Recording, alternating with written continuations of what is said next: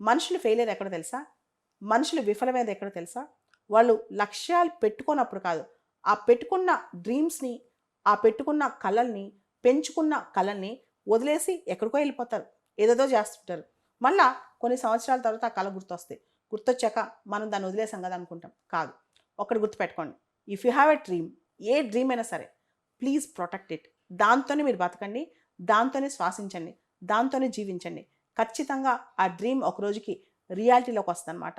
Dreams అనేవి సాధారణంగా మనకెందుకొస్తాయంటే, మనం మాత్రమే వాటిని అచీవ్ చేయగలం గాబట్టి. మనం దేనైతే కలగనగలమో, దేనైతే ఊహించగలమో, దేనైతే అస్యూమ్ జేసుకోగలమో, అది కళ్ళ ముందు సాక్షాత్కారం చేసుకునే శక్తి గూడా మన దగ్గరే ఉంటది.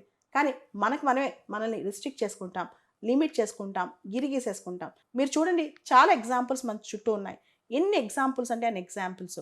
సునీత విలియమ్స్ చూడండి ఎంత స్ట్రాంగ్‌గా తను ఒక డ్రీమ్ కంది. ఒక యాస్ట్రోనాట్ అవ్వాలని.